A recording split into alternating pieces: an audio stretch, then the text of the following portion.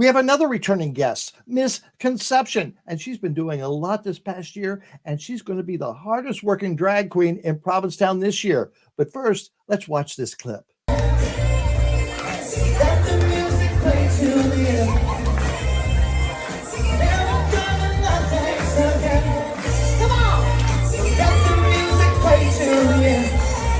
you so much. My name is Miss Conception. So let the music play till the end. Come on. Never gonna not dance. Like some elementals.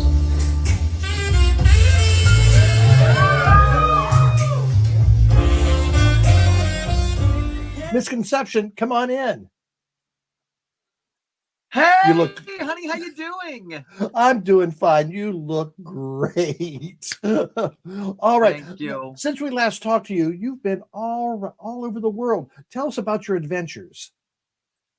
Oh my gosh, yeah, since I know, I feel like we have to catch up. I haven't seen you since last year. Yes. My adventures, well, we've been working with Brand G Vacations, which is my touring company that I work for.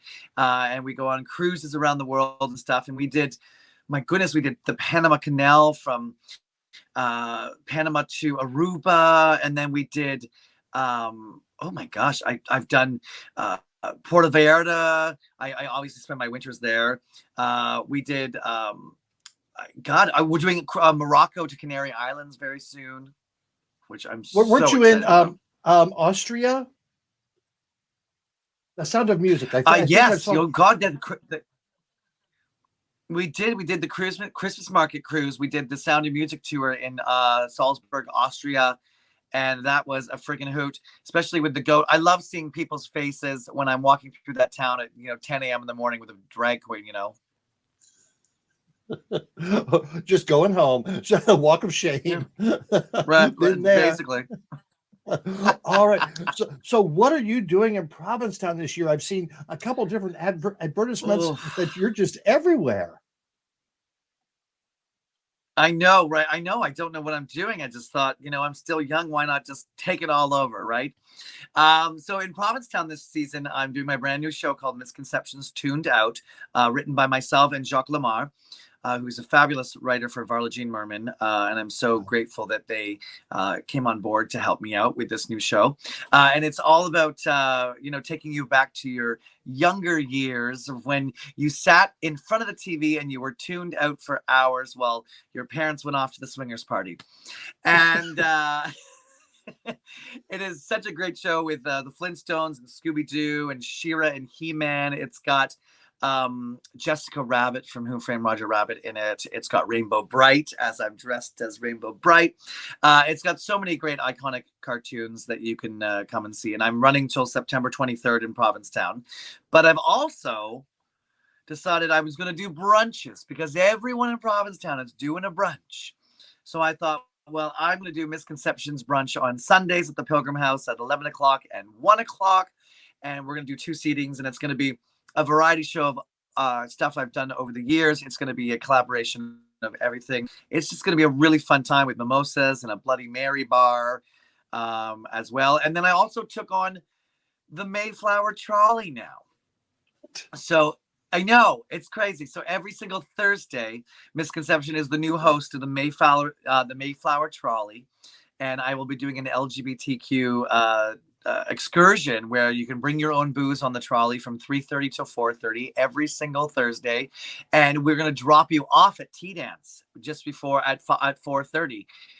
So it's called the pre-tea trolley with Misconception, and it's going to be a hoot. And you're going to hear all the gay history of the town, and then you're going to see me perform on the trolley as well. Now that Thursday, that's parade day during Carnival Week. Will you be doing it then? No, probably not. Probably not. Shoot. I wonder if we should actually address that and get them to move it to the Wednesday before, because Yes, you no, should. I'm gonna be in the parade. I'm actually might be in the parade with Coast Provincetown and the trolley. No, change that because I want to go on that trolley tour with you. Okay, I'll talk to them. I think we should do it on the Wednesday, absolutely, or the Friday.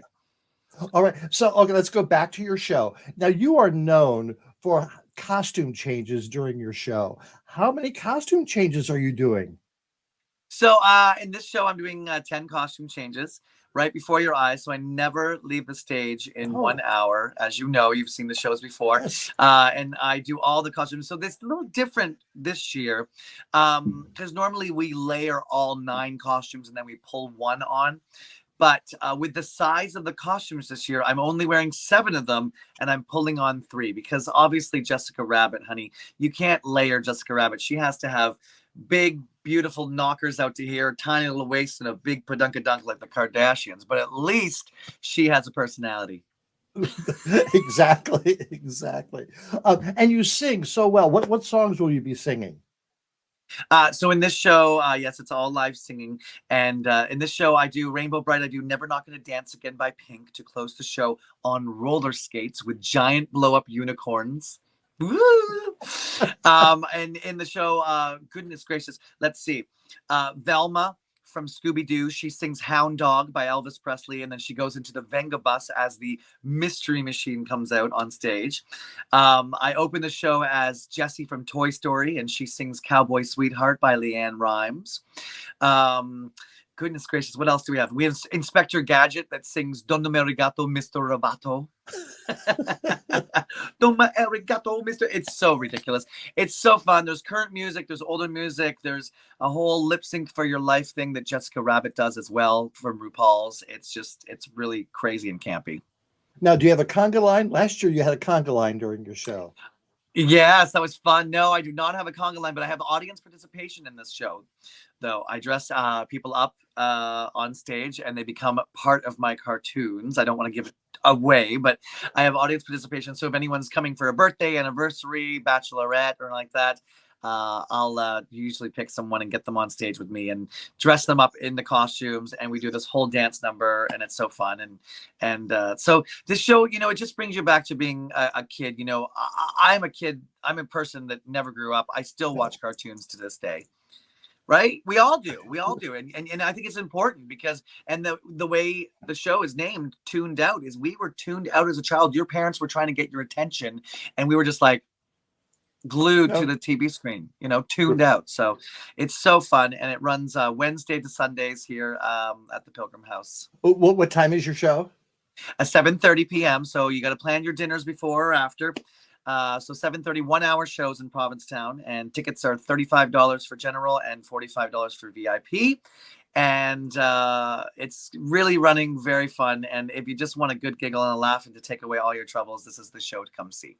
How many years have you been performing in P-Town? So I've been performing in Provincetown for 5 years now. This is my 5th season. I know, it's gone so fast.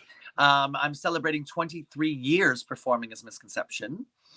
And I'll be performing my 13th season in Puerto Vallarta, Mexico. So it's been a journey, and it is a great journey. And, you know, like I say, I owe it to Varla Jean Merman for making me come to Provincetown and getting me the first job with Marcatelli. So I'm so happy to be here at the Pilgrim House with, of course, our favorite, Miss Richfield 1981. Yes, who we talked to earlier in the show. Yes. Yes. I see on Facebook that you've been out watching other shows there in Provincetown. Tell us about some of those. Oh my gosh, there's so many great shows happening in town right now. There is like 19 shows a night right now. So I went and saw the Anita Cocktail Variety Hour, which was absolutely fantastic. It's always a great time at the post office. Edie's show, of course, Edie from Las Vegas, who is in Zoomanity, her show. And Sharks Creek is back, but it's called Sharks Creek 2.0. And it is my friend Jamie Morris's play, and it's a parody on Sharks Creek, and that's at the post office. We do have, like I said, Miss Richfield 1981 here at the Pilgrim House. We have Latrice Royale coming in from RuPaul's Drag Race. And then we went and saw, the Divas show at the wonderful Crown and Anchor, which is Delta Miles, Kaya Christelle, and Roxy Pops. All live singing incredible diva songs. And we went and saw Tina Burner from RuPaul's Drag Race at the Crown and Anchor. Great show. And of course, Varla Jean Merman, you can't go wrong. She's hilarious and amazing. Amazing. Yeah, I've been trying to see all these different shows because, you know, like yourself, I love seeing shows and supporting the arts. That's it. Okay, great show there at the Pilgrim House. Now, the brunch. We went to the brunch last year at the Pilgrim House, had a great time. The food was excellent. And so I'm curious how you're going to adapt that. Are you, is it just you, or do you have other performers in your brunch show?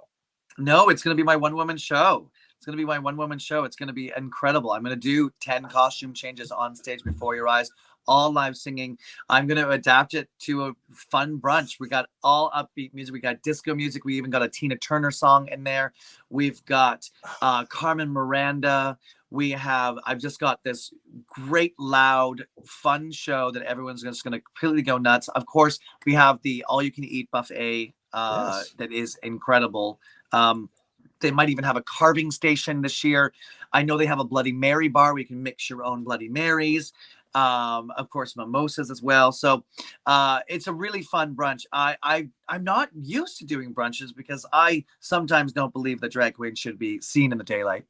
But but I'm really excited about doing this new adventure and giving a one hell of a show that people are going to be completely blown away with.